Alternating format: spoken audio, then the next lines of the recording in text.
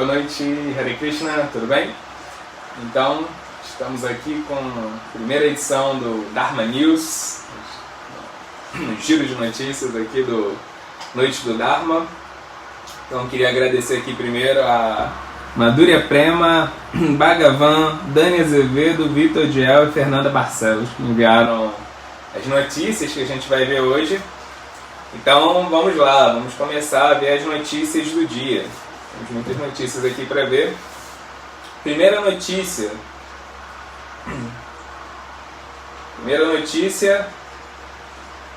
é do portal O Tempo. Manchete diz assim: vacina Sputnik. Putin deixa o negacionismo e arrisca com seu momento Sputnik. Se funcionar, apesar do atropelo nos testes, vacina russa causará incômodo político no Ocidente. Comecinho da notícia. Desde que a Rússia anunciou no fim de julho que iria aprovar uma vacina para a Covid-19 sem completar os passos usuais de segurança, a reação mundial variou de desprezo a mero ceticismo. Os motivos para a preocupação estão decantados. Falta de revisão por pares da metodologia científica que levou à substância dos testes realizados e a imunização em massa ao mesmo tempo que os vitais testes da chamada fase 3 são realizados. Ainda assim, a pergunta que fica é: se a vacina russa anunciada pelo presidente Vladimir Putin nessa terça funcionar, o que vai acontecer? O impacto político disso é tão grande que não faltou ambição na escolha do seu nome fantasia, Sputnik 5. Então, é uma das notícias assim, mais importantes da semana, essa primeira notícia.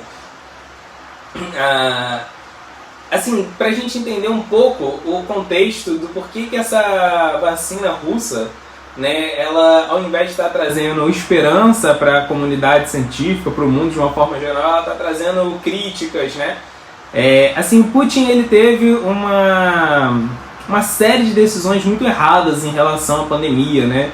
Ele foi um dos líderes assim que menosprezou o impacto da pandemia de uma forma geral no começo dela, né? Achou que era uma doença mais simplória do que ela era de fato, né? Ignorou assim o potencial de propagação dela. Não foi o único líder político que fez isso no mundo, mas foi um dos que pagou mais caro por causa disso, né? E também a Rússia é um dos países assim, que está com uma taxa de subnotificação altíssima, né? Então a Rússia está entre os países mais afetados pela Covid, mas a gente nem consegue calcular direito qual é o impacto da Covid lá, porque a Rússia, de uma forma geral, ela já é um país muito pouco transparente, né? Então as subnotificações lá são muito fáceis de acontecer. No começo da Covid aqui no Brasil, o número de subnotificações era mais ou menos de 17 vezes, né? Dependendo do estado, tinham estados que variavam, né? Tinham menos, tinham mais. Então, quando a gente vê assim, o índice de mortes em um determinado local, o índice de contágio, a gente pode usar esse número de subnotificações para entender o que está acontecendo de verdade. Na Rússia, a gente consegue com certeza inferir que o número de subnotificações é altíssimo, mas o quanto ele é, a gente não consegue por causa justamente dessa falta de transparência que tem lá, né? Então a Rússia ficou assim, extremamente vulnerável com a Covid, ela demonstrou o quão frágil é a política pública lá. Agora, do nada eles apareceram com essa vacina, né? Essa vacina que eles estão assim, tentando pular várias etapas tradicionais do método científico para poder liberar ela, né? E já tem vários líderes assim, que já estão comprando, já estão pedindo assim, cópias da vacina, né? Já estão importando a vacina. Então a Rússia, ela falou, não, antes da gente sair exportando, primeiro, antes de mais nada, o que a gente vai fazer é assim, vacinar a nossa população inteira, né? Então ainda está rolando um lobby com a vacina. Então, qual que é o problema de tudo isso é que a produção dessa vacina ela ignora muitos passos do método científico tradicional e uma das grandes, um dos grandes problemas da crise da Covid, algo que a Covid realmente alertou a gente, expôs para o mundo, é a fragilidade que a gente está tendo nos sistemas de autoridade, né? A autoridade da ciência ela passou a ser extremamente questionada. durante a crise da Covid, né? Toda hora aparecia uma notícia diferente, as pessoas se questionavam, um grupo falava alguma coisa, outro grupo científico falava outra coisa, aí líderes políticos, né, que não são líderes científicos, tentavam se apropriar, né, assim, de opiniões isoladas, não da opinião da comunidade científica, e tudo isso é muito perigoso, né? Assim, a ciência ela passa a se tornar muito desacreditada, e isso é algo assim, extremamente delicado, né? Porque ainda que a ciência ela tenha falhas, e obviamente a ciência ela tem falhas, o método científico ele não existe para garantir que algo aconteça 100% de certeza, né? Assim, com 100% de certeza. A ciência ela não dá certeza de nada. O que ela faz é minimizar as dúvidas. Uma teoria científica, à medida que ela vai sendo passada pelo crivo, né, do trabalho acadêmico, o que vai acontecendo é que a gente vai tendo mais certeza sobre essa teoria, a gente vai reduzindo a quantidade de dúvidas que a gente tem sobre ela. Mas uma teoria científica, ela nunca dá assim 100% de certeza sobre nada, porque o método empírico, o método de observar esse mundo usando nossos sentidos, usando instrumentos criados por nós, e depois disso a gente generalizar os dados que a gente coleta, isso sempre é algo falho, né? E a ciência, ela nunca, assim, tem a arrogância, ela nunca se põe na posição de dizer que a ciência, o método científico é infalível. Claro, vão ter os cientificistas que vão falar isso, que vão tentar, assim, usar a metodologia técnica do método científico para poder tentar inferir tudo aquilo que existe, descobrir tudo aquilo que existe, mas isso não é o propósito da ciência.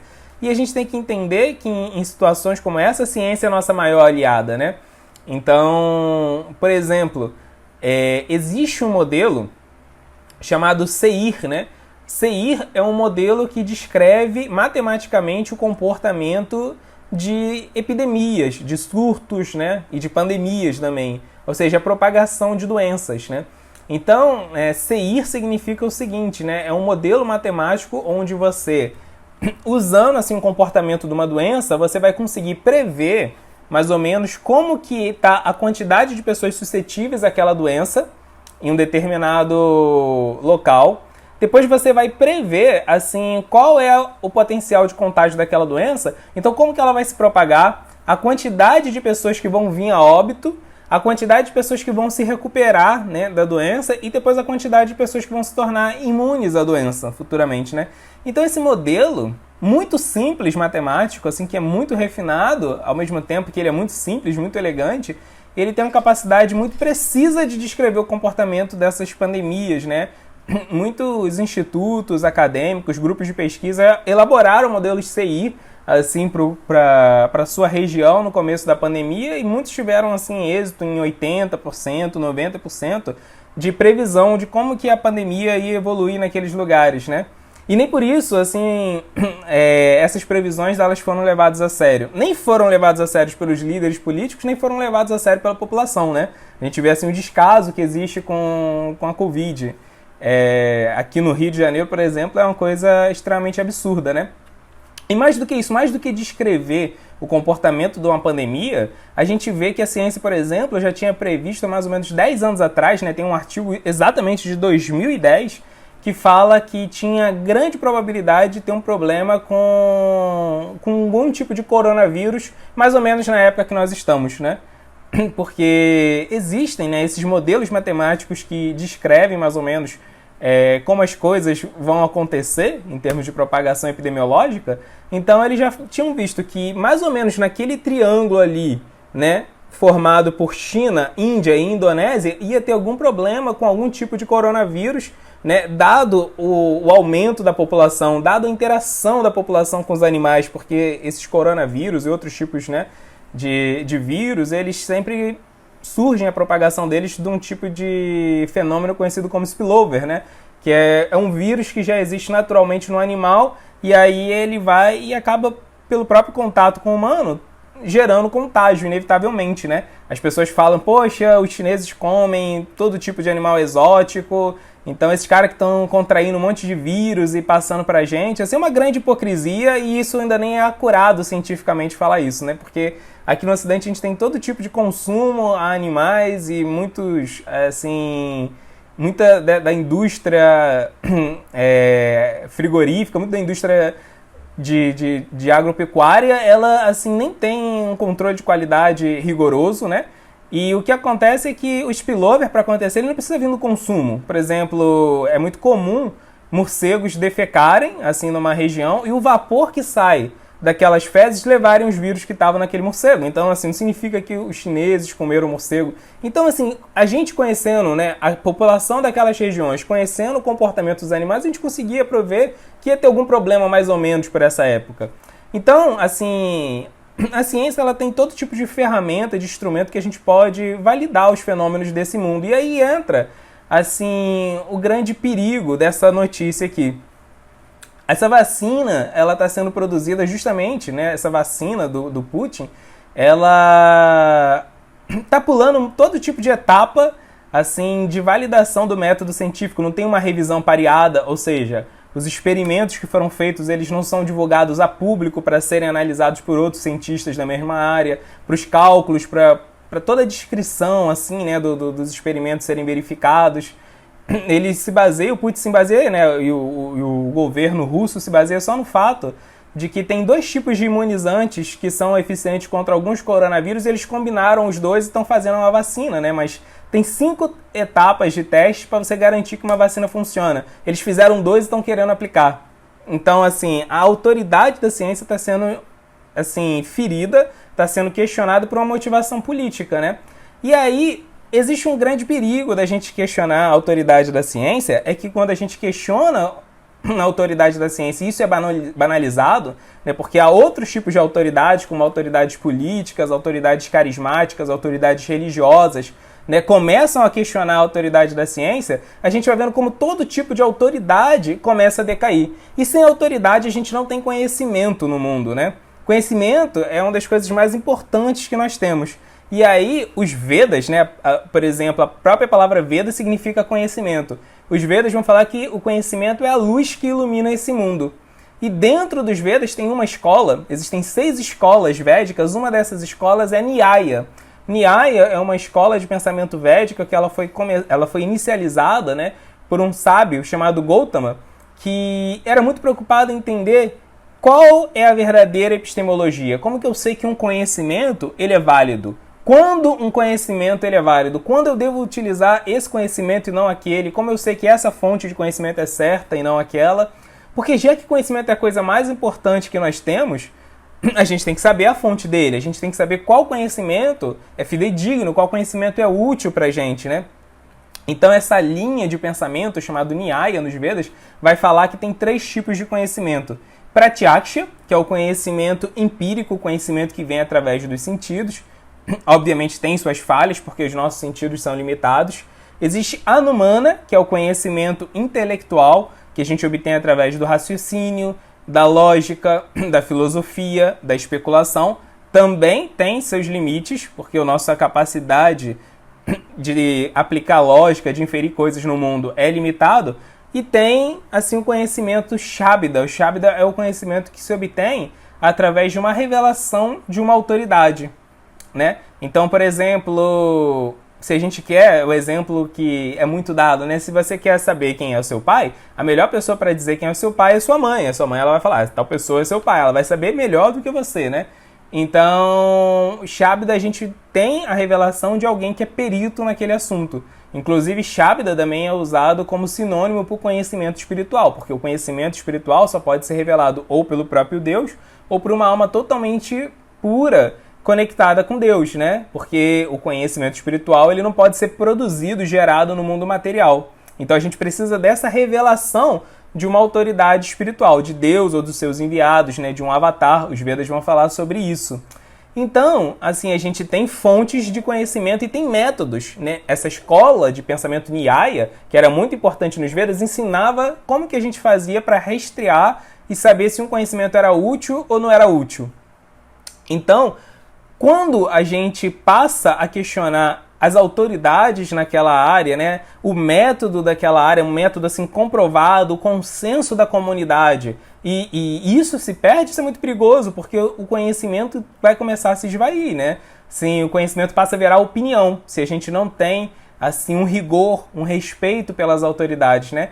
Então, assim, é muito interessante que a gente vê muitos líderes religiosos questionando a autoridade da ciência, mas eles não entendem que isso vai causar assim, um efeito em cascata na sociedade, onde todo tipo de autoridade vai ficar em xeque, né? Inclusive a autoridade de escrituras sagradas, a autoridade, né?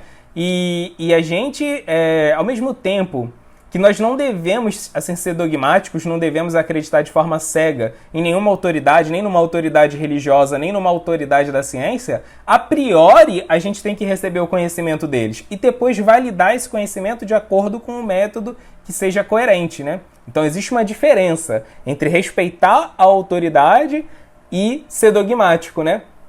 Mas o que está sendo feito no mundo nessa crise da Covid não é nenhuma coisa nem outra, né? É, assim, botar em xeque de forma absoluta a autoridade de uma forma geral, né? E é muito interessante que, realmente, quando a autoridade sucumbe, a gente passa a se apoiar em opiniões. Aqui no Brasil teve, assim, a coisa mais...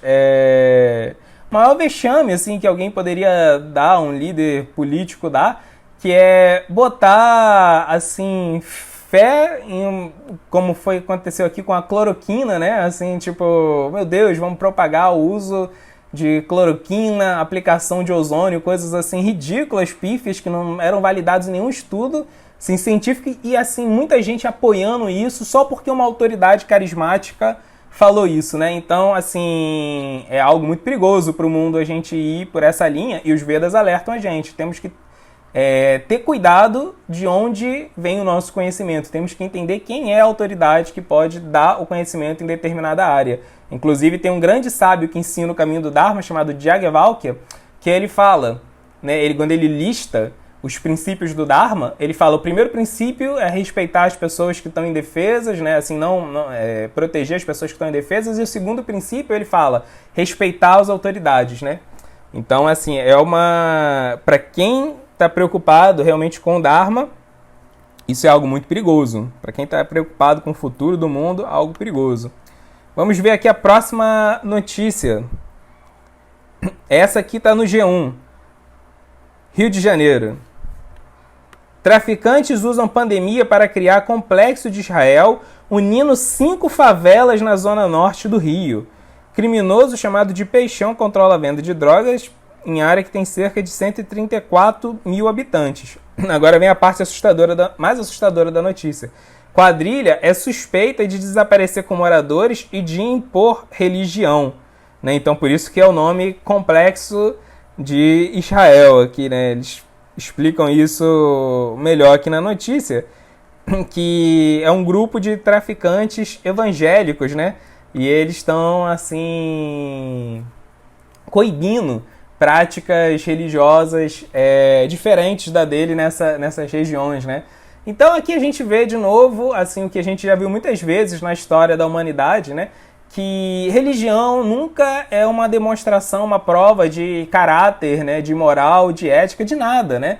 É como Sam Harris e Christopher Hitchens, né? Que são dois assim, dos principais pensadores ateus da primeira década, né, desse século, da década passada. Eles fazem parte daquele grupo que são chamados os 4 Cavaleiros do Apocalipse, né, que eram os 4 maiores pensadores ateus da época, né, do ateísmo 2.0. Eles fizeram um manifesto mostrando como a religião ela facilitou abuso de poder, facilitou assim, exploração, né, e aumentou, né, ela é responsável, um dos gatilhos sociais pelo aumento do índice de violência em muitas regiões. E a gente sabe disso, isso não é algo assim chocante, mas quando a gente vê uma notícia desse tipo, a gente lembra o quanto a religião também é algo material. Então essa notícia é boa para a gente lembrar uma das instruções de Kapila Deva, que é um dos avatares de Krishna. Ele explica, né, um tipo de yoga chamado Sankhya Yoga, que é a yoga da gente distinguir entre matéria e espírito. E aí ele vira e fala que uma das características da matéria é que a matéria divide e o que é espírito une, né? O que é espiritual agrupa as pessoas, faz com que as pessoas se unam. Então, assim, a religião ela é algo material, porque ela divide as pessoas, né? Religião é algo sectário, as pessoas fazem parte daquele grupo, outras de outro grupo, às vezes esses grupos se toleram, às vezes não se toleram, às vezes entram em conflito e às vezes tem esse tipo de abuso aqui, né? Então, religião, ela, como também é explicado por Krishna na Bhagavad Gita, religião, por ser algo material, também está sob a influência dos 3 modos da energia material. Então, existe religião sob a influência da ignorância, que é a religião destrutiva, religião sob a influência da paixão, que é religião que assim, estimula na gente desejos materiais, aquela religião que a gente tenta se relacionar com Deus só para ganhar coisas, né? Então, isso é religião no modo da paixão e tem religião no modo da bondade. Qual é a religião no modo da bondade? É aquela que incentiva a gente a desenvolver valores, desenvolver virtudes, desenvolver a busca pela equanimidade, né? Então, é dito que tem essas 3 formas da gente olhar assim para Deus, né? Existe o primeiro tipo de visão, né, assim que alguém pode ter sobre Deus é a visão materialista. A visão materialista é a visão que vem através só da religião, né? Só a religião ela não é suficiente para a gente se conectar com Deus de verdade. A gente pode até assim, se conectar com Ele durante uma cerimônia com pessoas que compartilham a mesma fé da gente, que tem o mesmo simbolismo religioso, o mesmo jargão religioso, estão reunidos ali no mesmo templo, na mesma mesquita, na mesma igreja, mas quando a gente sai daquele ambiente, nossa consciência já se dispersa, né? Aí o segundo nível assim, de aproximação de Deus é uma visão filosófica. Quando a gente entende filosoficamente quem Deus é, a gente consegue se aproximar dele no nosso cotidiano, durante o nosso trabalho, quando a gente se relaciona com outras pessoas, porque a gente consegue extrapolar essa relação com Deus para todos os elementos da nossa vida cotidiana, né? Então, esse é um nível muito mais sofisticado, muito mais avançado de aproximação de Deus, a visão filosófica, né? E, por fim, tem a visão amorosa de Deus, que é quando a gente não quer só assim experimentar um fenômeno espiritual, mas como a gente quer ter uma relação assim de amor puro com Deus e de amor puro com as outras almas, porque elas são partes de Deus, né? Então, a gente, para garantir que as religiões elas não criem problema, não criem distúrbio no mundo, a gente precisa de guiana, de conhecimento transcendental, de filosofia espiritual, né? Só religião, só cerimônia, só fé, só crença, isso vai causar muito problema para esse mundo, né? Um dos grandes mestres da tradição védica, Rupa Goswami, ele fala que fé, devoção, sem conhecimento é só um distúrbio na sociedade, né?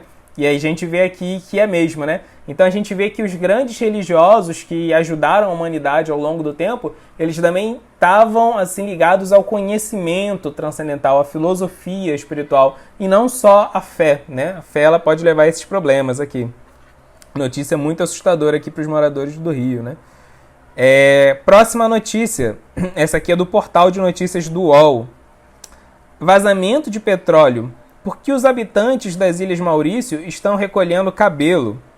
Técnica descoberta por um cabeleireiro ajuda a conter derramamento de petróleo como que está acontecendo agora nas paradisíacas ilhas do Oceano Índico. O governo e os moradores de Maurício, país no Oceano Índico, estão uma corrida contra o tempo para salvar a ilha de um desastre ecológico que pode ser causado por um navio petroleiro encalhado desde julho no seu litoral. O navio, o Akashio, de bandeira japonesa, encalhou em Maurício, que é um conhecido refúgio de vida silvestre e zonas úmidas de importância internacional. Não muito distante de uma ilha famosa por seus recifes de corais, o turismo é parte crucial da economia. Então, assim, a ideia aqui, o que está acontecendo nas Ilhas Maurício, né? Teve esse desastre ambiental, esse desastre ecológico, né? Que esse navio petroleiro encalhou lá e está derramando assim, quantidades preciosas de petróleo. Nessa que é uma das regiões, assim, um dos santuários ecológicos do mundo, né? Então, assim, os analistas que estão lá já estão falando que eles vão demorar mais ou menos 10 anos para poder se recuperar desse impacto ambiental. E como, assim, é uma posição estratégica do Oceano Índico, o impacto não vai ser só para eles, né? O impacto vai ser para o mundo todo, né? Então, uma técnica que está sendo usada foi uma técnica que um cabeleireiro descobriu isso há uns 30 anos atrás, quando teve aquele outro desastre da Exxon Valdez, assim que ele percebeu que o cabelo humano ele não absorve água, mas ele absorve óleo, né? Então, assim, eles costumam fazer cilindros de cabelo, assim, bem grande, cabelo humano mesmo. Quando eles descobriram isso, eles usavam cabelo de lontra também. E vão fazendo, assim, um paredão de cabelo. Então, o petróleo vem passando, né? Tem algum tipo de óleo desse tipo vem passando, e ele fica todo preso nessa muralha, nesse paredão, submerso de cabelo, né? Uma técnica, assim, muito engenhosa, muito interessante. Agora, apesar da técnica que isso é incrível, aqui a gente vê um problema muito sério nisso, né? Assim, a gente está num mundo que já está muito frágil ecologicamente. Saiu um relatório, há umas 2 semanas atrás, do Instituto Alan Turing, né, um instituto britânico de ciência, que fez assim um diagnóstico terrível da nossa situação ecológica, né? Eles falaram que se a população não diminuir assim drasticamente até assim daqui a 8 décadas, a gente corre um risco de entrar em colapso não retornável. Ou seja, assim, a gente vai chegar num estado de fragilidade, desequilíbrio ecológico, no qual a raça humana vai ter 90% de chance de ser extinta.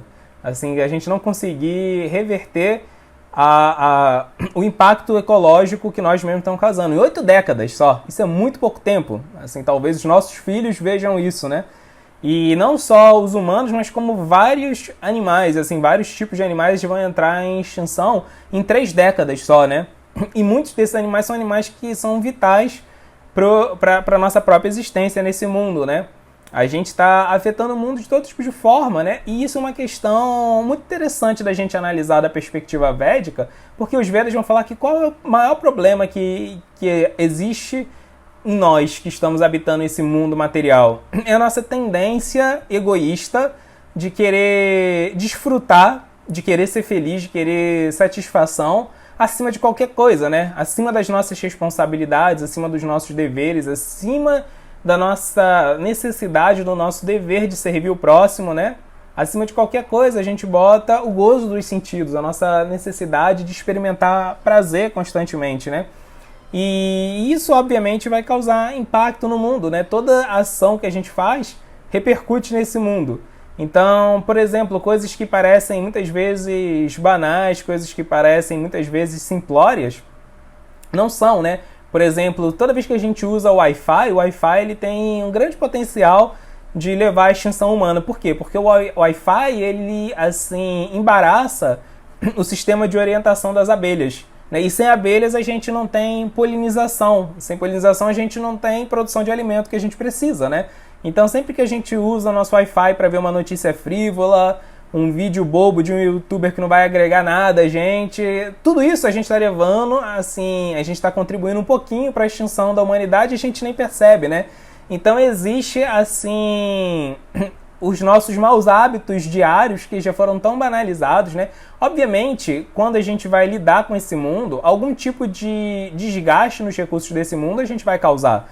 Obviamente, algum tipo de pegada ecológica nós vamos trazer, né? E eu não estou nem falando que a gente não tem que usar o Wi-Fi, a gente pode, agora mesmo a gente está usando aqui tanto para transmitir quanto vocês para assistir e muitas vezes para trabalhar, para estudar, para se comunicar com a nossa família, até ter uma quantidade saudável de entretenimento. Tudo bem, né? Mas a gente usa tecnologia, a gente desperdiça os recursos desse mundo com muita facilidade. E por que a gente faz isso? A gente faz isso porque a gente vê tudo isso como um objeto do nosso egoísmo, né?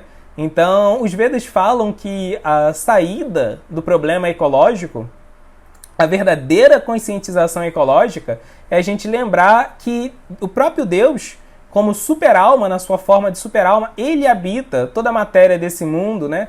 Então, sempre que a gente usa de forma irresponsável, assim, algum recurso desse mundo, a gente está diretamente, assim, ofendendo o próprio Deus, a gente está ofendendo a fonte da própria vida, né? E olhar para os recursos desse mundo e lembrar que existe vida neles, né? Que o próprio Deus habita eles faz com que a gente tenha mais cautela, que a gente tenha mais cuidado para usar esses recursos. Senão, assim, a gente pode achar tudo muito bonito quando a gente lê uma notícia dessa e ouvir um discurso ambiental, mas na prática a gente não vai mudar os nossos hábitos, né? Inclusive, existe um estudo acadêmico que fala que se a gente quer reverter os danos ecológicos assim, em curto prazo, a única forma possível da gente conscientizar a humanidade a tempo é a religião, né? Tanto que o Papa Francisco ele fez o Laudato Si, né? Que é a primeira encíclica papal da história totalmente voltada a temas ambientais, né? Ele fala, olha, o mundo é uma casa comum, então, assim, todos nós temos que cuidar dessa casa e se você é um católico de verdade, você tem que se dedicar a questões ambientais, né? E, assim, a Igreja Católica está começando a se movimentar bastante nesse sentido, né? Então, assim, existe uma responsabilidade muito forte para quem está preocupado com o Dharma, preocupado com a espiritualidade, e também se preocupar com essas questões ambientais. Inclusive, Krishna vai explicar na Bhagavad Gita que o Dharma do Vaishya, o Vaishya é aquela pessoa que usa os recursos desse mundo para gerar produtos que nós vamos usar para a nossa sobrevivência, um dos dharmas dele é justamente proteger a fonte desses recursos, né? Ou seja, a gente tem o direito de explorar os recursos desse mundo, garantindo que a fonte deles fique intacta, fique totalmente bem cuidada, né? Então, aqui essa questão do vazamento de óleo, apesar de ter sido uma fatalidade, uma tragédia, né, até certo ponto, ela só assim serve para alertar a gente ainda mais de um problema que a gente já está causando justamente por causa da nossa mentalidade egoísta. Então vamos ver aqui a próxima notícia, G1. Falando em cabelo, tem uma outra notícia aqui de cabelo. Câmera flagra cliente arrancando cabelo e colocando em lanche antes de reclamar vendedor. Perdoo, mas é lamentável, diz o comerciante. Dono da barraca de lanches diz que fez outro cachorro-quente para cliente em Mandaguaçu. Homem conta que soube o que tinha acontecido após verificar as imagens. Olha só que notícia bizarra, né? O dono de uma banca de lanches foi surpreendido ao ver imagens gravadas pela câmera do estacionamento que registrou um cliente puxando o próprio cabelo e colocando no cachorro-quente que havia comprado. Em seguida, como mostra a imagem, o cliente se dirigiu ao vendedor empresário para reclamar que havia encontrado o cabelo no lanche e pediu um segundo sanduíche como recompensação. Agora vem a parte mais bizarra da notícia. Lima disse que ficou intrigado com a reclamação, considerando o fato de que ele é careca e trabalha com um boné ou proteção na cabeça. Ele contou que somente ao conferir a imagem da câmera de segurança descobriu o que aconteceu.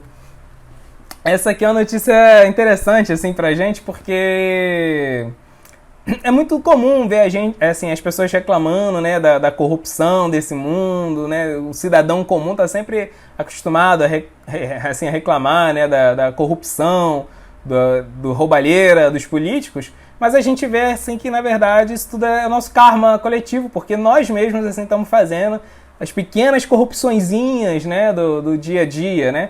Então, na região da Bengala tem um ditado que diz assim, Kinachora Hinachora, né, que o mesmo ladrão que rouba um pepino é o mesmo ladrão que rouba ouro, né? Então não existe assim errinho, não existe corrupçãozinha, não existe pecadinho, é tudo pecado, é tudo corrupção, é tudo errado, né? Então a gente, na verdade, reclama desses grandes líderes que estão fazendo todo tipo de coisa errada, mas a gente não para refletir enquanto essa corrupção ela existe de uma forma sutil e banalizada no nosso próprio cotidiano. Então como que a gente vai querer viver num mundo perfeito se nós mesmos assim estamos contribuindo aos montes com as nossas pequenas falhazinhas, né, assim, com as nossas corrupçõezinhas para gerar esse cenário geral, né? Inclusive na Bengala tem um outro ditado que diz assim, Atmavam Maniatejagá, né, que aquilo que nós vemos no mundo, na verdade, é aquilo que nós temos dentro de nós, né?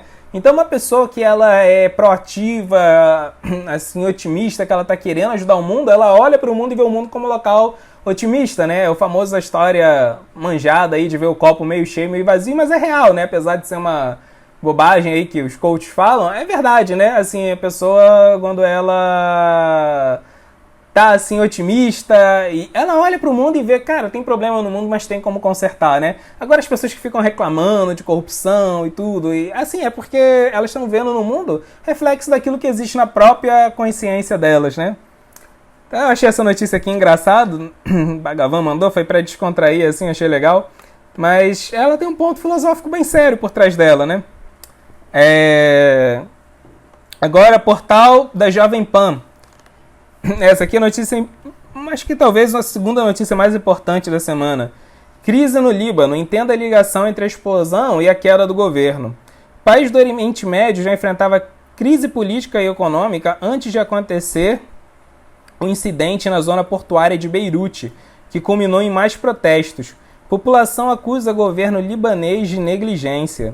Na segunda-feira, o primeiro-ministro do Líbano renunciou ao cargo e demitiu toda a equipe do governo em meio ao terceiro dia consecutivo de protestos em Beirute, capital do país. As manifestações começaram no sábado, no chamado Dia da Ira, e se estenderam pelos dias seguintes. A população acusa o governo libanês de negligência após a mega explosão na zona portuária da capital, que matou mais de 170 pessoas e deixou 6 mil feridos, além de centenas de desabrigados. As causas do incidente ainda não foram esclarecidas, mas o presidente do Líbano prometeu investigar o que aconteceu e disse que ninguém está acima da lei. Então, essa crise política que está acontecendo no Líbano, assim, é um dos fatos mais importantes assim, do que está acontecendo agora, né? E é consequência direta do que aconteceu semana passada, que foi aquela tragédia, aquela fatalidade imensa, assim, né? Muito triste, que teve aquela mega explosão em Beirute por causa do nitrato de amônio que estava armazenado de forma irregular na região portuária, mas assim, as investigações elas ainda não terminaram, né? O pessoal no começo suspeitou um pouco de atentado terrorista, mas depois viram que não eram e realmente perceberam que era negligência do governo, né? E no Líbano, né, a situação ela já era muito tensa há algum tempo. O Líbano tem um histórico complicado. O Líbano, quando ele surge com essa unidade geopolítica, como a gente conhece agora, porque o Líbano ele é muito antigo, né? Tanto que o Líbano ele é citado até no Antigo Testamento, para a gente ver a idade, assim, né, como assim, diversos impérios ocuparam aquela região. E o que acontece, assim, especificamente no caso do Líbano, como a gente conhece o Líbano contemporâneo, ele começa a surgir na década de 20 do último século, e ele surge como uma nova esperança ali para a região do Oriente Médio, porque várias etnias, né, vários povos que estavam desabrigados, começaram a trabalhar cooperativamente num estado que era mais progressista, muito mais progressista do que ao redor ali, né? Então o Líbano ele era para ser assim um farol para a comunidade árabe, mas o que aconteceu é que justamente por causa dessa união, né, assim, étnica que teve lá, que foi legal, essa cooperação que rolou bem por algum tempo, eles estabeleceram um determinado acordo político nesse país, né? Lá eles vão ter o presidente, eles vão ter o primeiro-ministro e vão ter o chefe do parlamento. E assim, os três principais grupos religiosos do país, cada um deles vai ocupar uma posição, né? Então, assim, tem lá os cristãos maronitas, tem os sunitas, né? Os islâmicos sunitas e os islâmicos xiitas. Então, cada um deles ocupa uma dessas posições e aí o governo fica equilibrado, o governo não vai, assim, ter um enviesamento religioso, né? Esse é o acordo lá e era para funcionar bem, funcionou bem por um pouco tempo, só que o que aconteceu é que cada uma dessas unidades políticas depois começou a disputar para ver qual ia ter mais poder, qual ia ter mais influência no governo, e para poder conseguir aumentar essa zona de influência e poder diminuir a zona rival, o que aconteceu foi justamente que começou a aumentar assim, o índice de corrupção de lá, o jogo político se tornou assim, extremamente desleal, né? E aí o país começou assim, a realmente fracassar em muitos sentidos, né? Até chegar nesse ponto dessa instabilidade toda que já estava acontecendo lá há alguns meses, a forma com a qual eles lidaram com a Covid também não foi muito bom, a população já estava instável, então essa explosão ela foi, assim, na verdade, o estopim para o pessoal querer começar a derrubar o governo e todos os problemas do governo virem à tona, né? Então é muito interessante a gente observar né, assim, que através desse tipo de história a gente pode fazer uma reflexão sobre qual é o Dharma do político, como os Vedas explicam, né?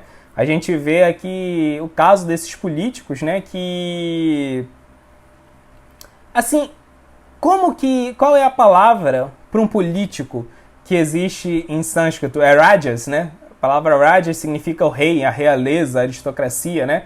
E os políticos, né, têm esse nome, é uma coisa muito interessante, porque o modo da natureza da paixão, ele também é conhecido em sânscrito como Rajas, né? E Rajas, o modo da paixão, ele está muito ligado ao desejo de expansionismo, né? Quando a gente está influenciado pelo modo da paixão material, a gente quer aumentar os nossos bens, a gente quer aumentar a nossa influência nesse mundo que tem recursos limitados. Então, para a gente aumentar os nossos bens materiais, o nosso grau de influência, alguém vai ter que perder algo, né? Então, assim, todo esforço nosso nesse mundo para obter sucesso material é mais ou menos um tipo de diplomacia, né? Assim, uma pessoa que a gente vê que é um obstáculo para a satisfação dos nossos planos materiais, de certa forma acaba sendo um rival, né? Então, uma pessoa que a gente ama porque essa pessoa está satisfazendo os nossos desejos, quando essa pessoa para de satisfazer os nossos desejos, ela também se torna um inimigo, né? Então, a gente vê o alto índice de crimes passionais no mundo, por exemplo, né? Então a paixão, ela tem essa característica, a paixão, ela cria essa visão de amigos, inimigos, aliados, rivais, alianças diplomáticas, né? E então os Vedas falam que alguém que está tentando conseguir poder naturalmente vai ter esse tipo de mentalidade. Mas os Vedas também falam como que uma pessoa que tem o Dharma de ser um político, como ele deveria agir, né? Então, normalmente, como que a gente pensa, qual é o papel assim de um político, né? O político, ele vai criar a política dele nesse mundo para garantir que exista capital econômico, né, suficiente numa nação para ela ser próspera, para ela poder resolver suas questões internas, para assim satisfazer seus cidadãos, né? Essa é a visão mais intuitiva que nós temos de um político, né? Mas nesse mundo a gente vai ver que tem muitos outros pensadores que vão falar que não, que isso não é suficiente, né? Que se eu tenho capital econômico, isso não vai garantir que eu tenha felicidade, que eu tenha satisfação em determinado lugar, em determinado estado, em determinada nação, porque assim, essa renda, esse capital, ele pode ser simplesmente mal usado, né? Pode ter, e é o que mais acontece, é uma distribuição de renda desigual, né? E o capital sendo usado como fonte de dominação das classes mais frágeis.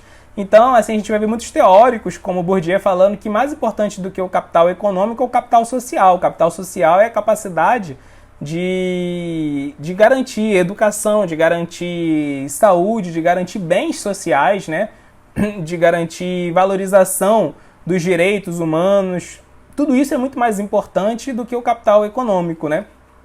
E aí surge um problema, né, que é o chamado... Que é justamente isso, né? Como que eu vou, através de leis, garantir que esses capitais sociais eles ocorram de forma justa, né? Assim, qual é o verdadeiro tipo de ética, o verdadeiro tipo de moralidade que eu tenho que implantar na sociedade para garantir que exista esse capital social, né?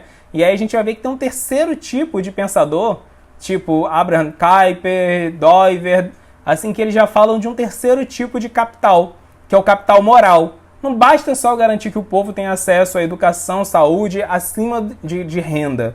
Eu tenho que garantir que a população, e o dever do político é esse, que a população tenha o desejo de ser bondoso, né? Isso, assim, é algo totalmente contraintuitivo, mas faz todo sentido, né? Então, eu tenho que garantir que exista moral na minha nação, assim, esse é o dever do político. Ele tem que ser o exemplo do que é correto, ele tem que ser o exemplo ideal de caráter, né? E é muito interessante que, por exemplo, Abraham Kuyper, ele não fica só na teoria quando ele fala isso, né? Ele foi o primeiro-ministro da Holanda no século passado e toda a gestão dele foi baseada em cima dessa teoria do capital moral. E a gente vê assim, que teve muito resultado, né? Mas a gente vê que os Vedas falam que acima do capital moral existe uma quarta coisa, que é o capital espiritual, que é o desejo de ser bondoso porque você reconhece o outro como parte de Deus, né?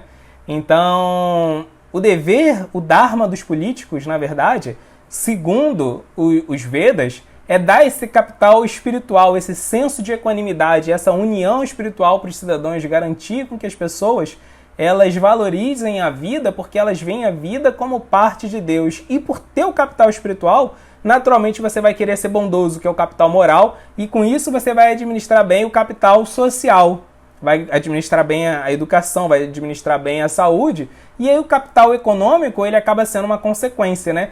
Então é muito interessante assim, essa mudança de visão dos Vedas. E aí, como a gente lembra novamente, que a gente já falou hoje, a ideia do capital espiritual não está necessariamente ligada à religiosidade, porque a gente tem aqui um governo formado por 3 grupos religiosos e que ainda assim é altamente contagiado por corrupção, né? Então, o capital espiritual ele vem de uma visão filosófica espiritual. E qual é o principal dever de um kshatriya, né, de um político, segundo a visão védica? O dharma dele é proteger as pessoas que são capazes de dar tanto capital moral quanto capital espiritual para a sociedade. Os líderes espirituais genuínos que praticam aquilo que ensinam e os educadores, aquelas pessoas que conseguem assim extrair o melhor da gente, forjar o nosso caráter. O dever principal dos políticos é proteger os educadores e os verdadeiros espiritualistas, né? Então, quando a gente não tem isso, isso é um problema. Penúltima notícia do dia. Essa aqui é do Facebook do Ricardo Amorim. Estudo pioneiro... ainda tem uma ligação com a sequência aqui da notícia do Líbano, né? Estudo pioneiro brasileiro com pele de tilápia pode ajudar vítimas do Líbano. Pesquisadores da Universidade Federal do Ceará se mobilizaram para ajudar as vítimas da tragédia, que deixou 4.000 feridos e mais de 100 mortos após uma explosão no porto de Beirute, no Líbano. Os cientistas que desenvolvem um estudo inédito sobre o uso da pele de tilápia no treinamento de queimaduras ofereceram a doação de mais de 40 mil centímetros quadrados de pele de seu estoque para o tratamento dos libaneses. Mais de 350 pessoas já foram beneficiadas. A pele de tilápia age como um curativo para queimaduras de 2º e 3º grau e o seu uso acelera o processo de cicatrização, além de diminuir a dor do paciente. Então, quem mandou essa notícia, né, foi até a Dani Azevedo. Ela realçou aqui que nos comentários dessa notícia teve uma moça vegana que ela criticou. Ela falou, poxa, legal, a gente está curando os humanos, mas estamos tirando a vida também de peixes inocentes. Assim, ela foi super criticada, essa moça vegana, assim, o pessoal caiu matando em cima dela. Que absurdo, né? Tem humanos, assim, você tá preocupado com os animais, né? Então, é muito interessante, assim, essa sensibilidade que nós temos com as pessoas, né, que estão na mesma espécie da gente, mas o quanto a gente é insensível ao sofrimento que a gente causa para os outros animais, né? Por exemplo, assim, muitos americanos achavam totalmente justificável as invasões, né, norte-americanas, tudo quanto era lugar, a intervenção dos Estados Unidos no Afeganistão, no Iraque, né? Isso era normal. E isso é normal há muito tempo, assim, a gente acha tranquilo essas coisas que vão nos beneficiar, mas a gente é totalmente incapaz de ser insensível com o sofrimento alheio. Tem até um livro, que é Guerra dos Mundos, do George Orwell. Ele, assim, ilustra muito bem esse ponto, né, que está tendo uma invasão extraterrestre na Terra. O George Orwell, ele mostra isso. E, assim, é terrível a gente imaginar que os extraterrestres estão invadindo a Terra, né? E aí eles estão invadindo a Terra por quê? Porque o planeta deles precisa de recursos para sobreviver. E esses recursos tem na Terra. Então, assim, a gente torce pelo herói ir lá e derrotar os alienígenas, mas o que o George Orwell faz no livro é perceber que no final nós somos os alienígenas, né? Então, assim, a gente vê com muita naturalidade quando a gente explora um outro povo ou explora outra espécie, porque a gente precisa disso, né? Então a gente é sensível com as nossas crianças, com os nossos idosos, com os nossos pobres, mas a gente não é insensível com quem a gente está explorando, né? Então ele escreve esse livro no auge do imperialismo europeu, né? Que foi justamente perto da derrocada assim da Europa como maior potência mundial, justamente por causa, né, de todas as questões políticas que se derivaram desse imperialismo europeu. E é muito interessante, né, a gente trocar de lugar. Quando a gente vê um filme desse de alienígena, Independence Day, a gente imaginar que tudo bem, a gente está torcendo pelos humanos, só que se a gente mudar ali, que nós somos os alienígenas e os animais são os humanos, a gente está ali explorando eles porque precisamos da nossa manutenção, aí a gente muda talvez um pouco de ideia, né? No Independence Day também é isso, né? Eles precisavam se alimentar dos humanos, os recursos que eles precisavam para a manutenção deles eram os humanos, né? Então, essa é uma outra visão que a gente pode ter e que os Vedas também trazem, ao mostrar que a alma que habita o corpo dos animais é tão importante quanto a nossa, né? Krishna fala na Bhagavad Gita, Brahma Bhuta Prasanatmana Shoshachina Kankshati, né? Que, assim, que só quando a gente alcança a plataforma espiritual, a gente vai estar totalmente livre, né? Assim, da ansiedade, da lamentação. O que é essa plataforma espiritual que ele está falando? É justamente quando a gente passa a ver todos da mesma forma, né? É quando a gente tem essa equanimidade. Krishna também fala, em outra parte da Bhagavad Gita, Sarva Bhutatma Bhutatma Kurvanapina Lipyate. O que significa isso? Que alguém só pode ter vida espiritual de verdade quando ele vê todos os seres da mesma forma, né? Então Krishna muitas vezes fala sobre isso. Ao mesmo tempo, os Vedas falam sobre o conceito de Atihinsa, né? Que é a mínima violência necessária. Que tudo bem, né, que os humanos, como eles podem entender o Dharma, a vida humana, apesar de todas as almas serem iguais, a vida humana ela é mais preciosa. Então, tudo bem, em certos casos, a gente tem que garantir a vida humana, né? Então, por exemplo, se eu não tiver nada mais para alimentar, só tiver um animal, tudo bem, eu tenho que garantir a vida humana, apesar do consumo de carne animal, né? Ou quando a gente se alimenta de vegetal, também tem uma alma ali, mas a gente precisa disso para nossa manutenção, né? Quando a gente respira, toda vez que a gente respira, a gente está matando muitos micro-organismos, né? Então até dá para entender. Assim, não vou dizer que é repulsivo o que eles estão fazendo no caso da tilápia, porque está curando, assim, muitas crianças, idosos, né? Assim, então, dá, assim, segundo a visão dos Vedas, em alguns casos, em algumas exceções, é possível, sim, explorar outras espécies em benefício da espécie humana, porque a espécie humana pode entender o Dharma e quando ela entender o Dharma e seguir o Dharma, o mundo todo vai se harmonizar, todas as espécies vão ser beneficiadas por isso. Agora, o potencial de abuso disso é muito grande, porque a gente pode parar de usar isso como uma exceção e isso pode virar a regra, né?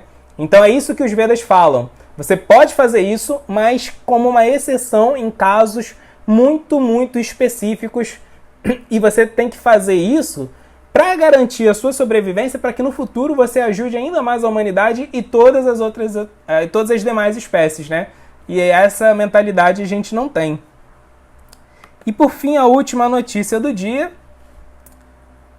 de novo do portal do G1, taxação de livros. Como proposta de reforma tributária pode encarecer obras? Projeto de reforma do governo federal prevê cobrança de contribuição para o setor de livros. O governo calcula a alíquota de 12% para novo imposto. Uma campanha em defesa dos livros no Brasil movimenta as redes sociais nessa terça. O motivo é a proposta de reforma tributária do governo federal que prevê o fim da isenção de contribuição para os livros. Enviada para análise do Congresso em julho, a primeira parte da reforma propõe a unificação da cobrança do PIS/PASEP e do COFINS e um novo imposto sobre valor agregado com nome de contribuição social sobre operações com bens e serviços. A alíquota deste novo tributo seria de 12%, segundo o Ministério da Economia.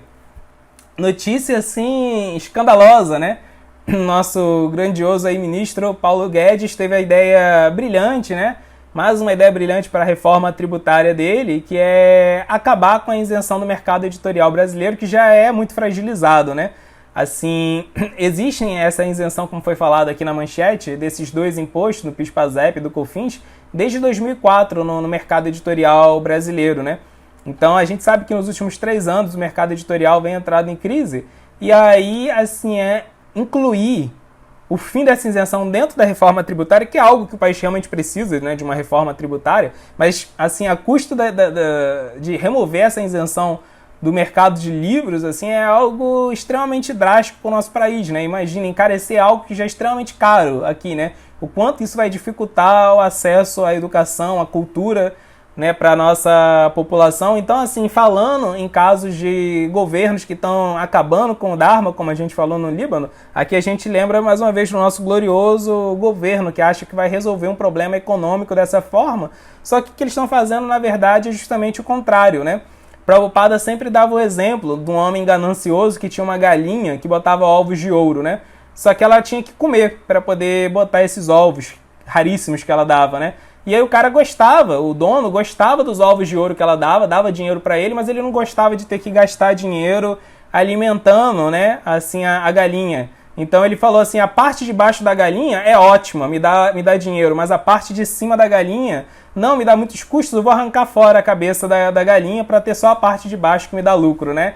E aí no final ele se deu mal, porque ele cortou a cabeça da galinha e ficou sem galinha nenhuma, né? Então é assim a ideia mais absurda, se a gente vê assim grandes nações, né, que prosperaram, que são prósperas, elas prosperam baseado em conhecimento, em cultura. Assim, o grande crescimento dos Estados Unidos depois, né, da Segunda Guerra Mundial foi, antes de mais nada, uma revolução científica e cultural. Por exemplo, a Disney, né? A Disney, que é uma das maiores empresas do mundo, né, tá cada vez mais comprando todo mundo, comprando todas as outras empresas, sendo acusado de monopólio por todo mundo. A Disney, ela não cresceu por causa de uma descoberta científica, tecnológica. Então os nossos líderes falam, não, a gente tem que focar onde dá mais dinheiro pro país, vamos focar na área tecnológica. Uma ova, assim, né, a Disney, ela se tornou a empresa que ela é por causa de patrimônio cultural, né? Então, assim, você vedar acesso à cultura à população, achando que isso vai resolver um problema econômico, assim, é uma emenda, assim, uma coisa tão ridícula, tão pífia, uma vergonha, assim, tão grande, né? E ainda tem mais, né? Você encarece isso. Por quê? Qual é a justificativa? O Paulo Guedes fala, bem, livro é uma coisa de rico. Assim, já começa a mentalidade, né, esquisita, né? Livro é para rico, né? Livro é um produto consumido por ricos. E aí ele fala, rico tem mais é que pagar imposto mesmo, né? Essa foi a justificativa dele, né? E aí quando ele apresentou essa proposta no Congresso, aí o Marcelo Freixo fez a pergunta óbvia, ele falou assim, mas você quer dificultar ainda mais o acesso ao pobre à literatura? E aí ele respondeu, não, o governo vai fazer o seguinte, o governo vai julgar quais livros o pobre tem que ler e distribuir, garantir que esses livros sejam distribuídos a preço popular para os pobres, né? Ou seja, é pior ainda, né? Agora tem, assim, seletividade cultural. O governo quer escolher o que as pessoas vão ler, vão deixar de ler. É mais tenebroso, é mais macabro ainda, assim, né? Então, de novo, assim, um ferimento de morte, não só na cultura, mas também no Dharma. Porque a gente vê que, segundo a visão dos Vedas, o objetivo também, um dos dharmas do político, é garantir que não só exista acesso à educação por parte do povo e acesso à educação de qualidade gratuita, como também é objetivo do governo garantir que exista o debate intelectual com a sua divergência de opiniões, né? Na Índia, houve uma das primeiras universidades do mundo, conhecida como Takshashila. Takshashila, ela era famosa justamente porque lá sempre tinha 200 professores. E esses 200 professores eram das mais diversas linhas de pensamento, né? E eles conviviam num ambiente muito saudável, muito agradável, de debates onde eles discordavam um das ideias do outro, mas discordavam na plataforma filosófica, lógica, né? E isso levou a um crescimento cultural muito grande da Índia, né? Tanto que muitas vezes, quando outros impérios, como o Persa, tentavam invadir a Índia, Takshashila, que ficava mais ou menos onde hoje é o Paquistão, quando eles vinham marchando, eles passavam direto por Takshashila. Por quê? Porque eles não queriam perder aquela joia cultural, porque quando eles queriam educar bem alguma pessoa do povo deles, eles também mandavam por Takshashila, né? Por Takshashila passaram chineses, passaram persas, passaram gregos, passaram romanos. Por que tem tanto em comum entre vários pontos da cultura grega e da cultura indiana? Porque muitos filósofos gregos foram formados em Takshashila, né? Então é muito importante que os políticos não só garantam o acesso à cultura, mas garantam o acesso ao debate, né? Isso faz parte do dharma do político, né? Então vamos ver aqui os comentários, perguntas. Aqui. Lara Graça, ela falou, a ciência nunca afirma nada com 100% de certeza. Uma teoria vale até que seja invalidada por outra. Na verdade, né? É exatamente isso, né? Uma teoria, na verdade, ela só se torna uma teoria de fato quando ela é capaz de gerar previsões a respeito do futuro, né?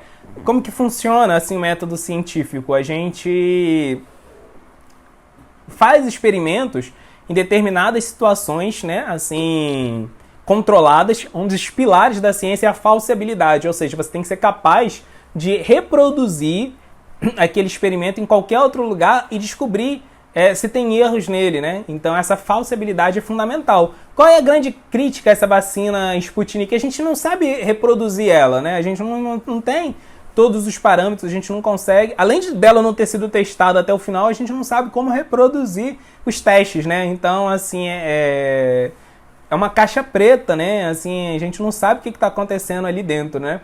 Então, quando a gente observa esses fenômenos e consegue especular uma causa razoável para eles, quando a gente é capaz de predizer a causa, de fazer uma suposição sobre a causa, ela se torna uma hipótese. Quando a gente é capaz de usar essa hipótese para fazer previsões sobre o futuro, aí ela vira uma teoria, né? Então é assim que funciona, né? E as teorias elas vão sempre se aprimorando. Agora, uma coisa interessante sobre a ciência é que, talvez para quem não trabalha com ciência, pareça que a ciência está sempre mudando, né? Realmente, o que a Lara comentou acontece mesmo, né? Assim, uma teoria ela pode invalidar outra teoria, isso acontece bastante. Mas esse fato de uma teoria invalidar outra e assumir a posição, é muito raro disso acontecer. Assim, né? Assim, isso acontece em momentos assim limítrofes da ciência. No momento onde isso acontece, onde uma teoria tá assim lapidando uma teoria que já era consolidada e tá tomando o lugar dela, é sempre um momento de grande dificuldade nas pesquisas científicas, uma hora da ciência, daquele determinado departamento da ciência se reinventar, né? E depois disso acontece uma grande expansão de uma determinada área de conhecimento, mas isso acontece assim muito pouco, né? A gente vê os grandes teóricos da ciência, como Karl Popper, eles falam assim que isso acontece em cada área da ciência uma vez a cada 100 anos, uma vez, né, a cada século, né? Então, na maior parte do tempo, a ciência ela não está mudando suas teorias, ela está aprimorando a teoria que já está vigente, né? Então, assim, não é que toda hora está aparecendo uma teoria nova e tomando o trono da antiga também não, assim, isso é um processo bem lento, bem gradual. E feito, na maior parte das vezes, com muita responsabilidade. Rafael Santos comentou assim: assustador o que está acontecendo no mundo com todo esse descaso pela ciência, pelo ser humano, pela Covid-19. Muito perigoso tudo isso. Uma coisa interessante do comentário do Rafael é quando ele fala do descaso da ciência e do descaso do ser humano, existe uma ligação assim, muito forte entre uma coisa e outra, né? O descaso com a ciência acaba sendo um descaso com o ser humano também, né? Assim, e a coisa mais triste disso tudo é muitas vezes ver lideranças religiosas estimulando o descaso com a ciência, né? Assim, questionando a autoridade da ciência, é uma irresponsabilidade terrível, né? A Aline comentou assim: será que a natureza da Terra ainda será completamente destruída pelo homem ou a humanidade se extingue antes? Os Vedas dizem algo sobre isso? Os Vedas e a ciência dizem que o homem acaba antes, a humanidade acaba antes, né? Graças a Deus. A gente não consegue acabar com a Terra, não. Esse mesmo Instituto Alan Turing, que publicou esse relatório 2 semanas atrás, que eu citei, eles falam sobre isso, né? Eles têm alguns modelos preditivos sobre isso e eles mostram que a possibilidade da gente acabar assim, antes da flora é extremamente remota. Assim, a humanidade ela vai levar uma boa parte, né? Se ela acaba, ela leva uma boa parte da fauna com ela. Mas uma parte da fauna sobrevive e a flora permanece, assim, né? A gente não consegue terminar com o planeta, não. E os Vedas falam isso, né? Os Vedas falam que a humanidade acaba e começa uma nova humanidade, mas o planeta ainda dura bastante. Aline de novo, né? Nos tempos atuais, os políticos e a sociedade são espelhos um do outro. Perfeito, né? Inclusive, os políticos são os políticos empoderados, eleitos pela sociedade, né? São representação pelo menos de uma parcela significativa da sociedade. NV Paiva: com essa situação trágica, ficamos mais observadores com o Líbano também. Já vem acontecendo muita coisa ruim por lá, mas agora o mundo virou o olhar para o Líbano. Pois é, agora o triste é precisar que uma situação trágica dessa aconteça para a gente perceber, para a gente notar a instabilidade que vinha se arrastando lá pelo menos 30 anos, né? Então, assim, isso mostra o quanto a gente, na verdade, não está afetado tanto pela população que estava lá sofrendo. A gente fica afetado em receber essas notícias que constrangem a nossa consciência, né? Assim, o Oscar Wilde fala isso, né? Ele fala que muitas vezes a humanidade dá caridade não para poder ajudar os outros de verdade, né? Ele fala que quando a gente dá caridade para alguém, a gente está falando assim, agora você vai pegar essa caridade aí, vai se esconder num beco e vai passar a sua miséria sem me ofender. Assim, ele fala isso, o Oscar Wilde fala isso. Agora você pega essa minha caridade, se esconda num beco e sofra a sua miséria sem me ofender. Tipo assim, a gente não quer saber de sofrimento para atrapalhar a nossa rotina, a gente quer coisas boas para a gente se sentir bem, para a gente se sentir em paz, né? Então, até que aquilo exploda na nossa frente, assim, até que a gente seja bombardeado por aquelas notícias e isso, assim, constrange a nossa consciência, a gente nem percebe, a gente nem se incomoda de pesquisar o que está acontecendo no outro lugar do mundo ou até na outra rua, né? Agora, quando isso aparece, assim, a gente se preocupa em dar uma caridadezinha, mas isso não vai resolver totalmente o problema, né? Então a gente também tem uma abordagem assim muito superficial e muito sentimentalista de como a gente lida com os problemas dos outros nesse mundo, né? Então isso é até assim fonte de uma reflexão que a gente tem que ver sobre qual é o alcance, né? Qual é a performance da real caridade que a gente está dando, porque a caridade ela não pode ser só uma preocupação momentânea, assim, a doação de alguns bens momentâneos. A caridade, ela tem que ser mais do que isso, né? A caridade tem que significar a caridade do nosso tempo, a caridade da nossa energia, a caridade das nossas emoções, né? E muitas vezes a gente negligencia essas coisas. Flávio Moraes. Li uma vez que o oposto do amor é o poder e não o ódio. Isso faz sentido. É verdade, assim, a gente vem para esse mundo para querer controlar as coisas, né? Os Vedas falam que a gente vem para esse mundo por causa da nossa sede de poder, da nossa sede de controle. O Dharma da alma é amar, mas a gente troca o Dharma da alma para poder controlar, né? E aí o ódio, né, ele acaba sendo consequência do nosso desejo de controle, porque a gente quer controlar infinitamente as coisas nesse mundo, só que é um mundo de recursos finitos, um mundo de recursos limitados. Então você tem um monte de pessoa querendo poder, um monte de pessoa querendo controlar os recursos, né? Só que os recursos são escassos, os recursos são limitados, né? Então as pessoas acabam criando competição por causa disso. A competição, ela nasce da tendência da nossa mente criar desejos infinitos num mundo que é finito. Então o ódio, né, ele é consequência, né, dessa sede de poder que nós temos. É exatamente isso que os Vedas falam também, Flávia. Muito legal. Agora, o que é mais interessante é que os Vedas falam que quando a gente desiste de ter poder nesse mundo e passa a se dedicar a exercer o Dharma da alma, que é amar, que é servir, né, porque amor significa servir, né, amor sem a ideia de você servir, isso é uma coisa sentimental também, é banal pra caramba. Mas quando a gente passa a servir, a gente ganha um poder que os Vedas chamam de Shri Krishna Karshini, que é o poder de agradar tanto a Deus que Deus passa a ajudar a gente, né? Shri Krishna Karshini fala que a gente atrai o controlador supremo, né? Deus fica assim apaixonado pela gente, né? Quando a gente passa a servir os outros e se importar mais com os outros do que a gente, né? Então a gente não pode ser o controlador supremo, mas a gente pode fazer com que a gente tenha uma relação íntima, amorosa com ele, né? Isso é muito melhor do que a gente ser o controlador. A gente pode ser o amigo do controlador sem a responsabilidade de ser o controlador. Ou seja, a gente é bobão, né? De estar nesse mundo querendo ser o controlador. A Aline falou de novo aqui. Hoje, quando algum político tenta ajudar a sociedade de fato, em pouco tempo é derrubado, pois os gananciosos que comandam grandes negócios mundiais não querem isso. Perfeito, Aline, é isso mesmo, né? É muito difícil fazer uma gestão séria, assim, sem ter apoio popular amplo, né? Então, assim, a gente tem uma crise que é difícil você fazer uma revolução política sem fazer uma revolução cultural, mas ao mesmo tempo é muito difícil fazer uma revolução cultural sem fazer uma revolução política.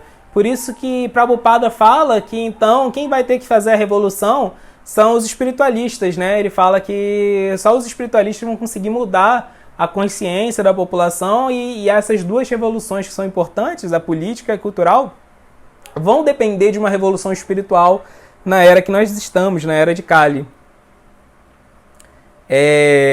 Fábio Anjos, boa noite, Fábio. Covid, catástrofes e dificultando o acesso à literatura, coisas da Kali Yuga, perfeito. Exatamente. A gente vê as profecias sobre a era de Kali, né, no Bhagavata, nos Vedas, e lá fala que os sintomas da era de Kali são justamente essas coisas, né? O mundo vai entrar em crise, a quantidade de doenças vai aumentar, a quantidade de pobreza vai aumentar, e as gestões, né, assim, vai ter uma crise política onde a hipocrisia vai dominar, assim, a governança, né? Mas a gente também sabe que no meio da Era de Kali tem a Era Dourada, né? A Era Dourada aí são 10 mil anos de Era Dourada, e a gente sabe que essa instabilidade toda que está acontecendo agora e que tende a piorar, a gente pode se preparar para isso, ela na verdade serve para a gente sair da nossa zona de conforto e contribuir para essa Era Dourada se estabelecer, né? Se a gente quer combater a Covid, quer combater esse problema político todo, obviamente a gente tem que se atentar para a autoridade da ciência, temos que ter filtros, né, assim, muito aguçados sobre qual é a nossa atuação social. Tudo isso é extremamente importante, mas na verdade o que vai virar o jogo da Era de Kali a gente sabe que é uma revolução espiritual. Agora, obviamente o Dharma ele tem que ser compatibilizado, ele tem que entrar dentro de todas as áreas da sociedade. Então o Dharma tem que entrar também na educação, na cultura, na atuação política. A gente não pode negligenciar essas coisas, né? Mas o que vai virar o jogo na Era de Kali é a conscientização espiritual.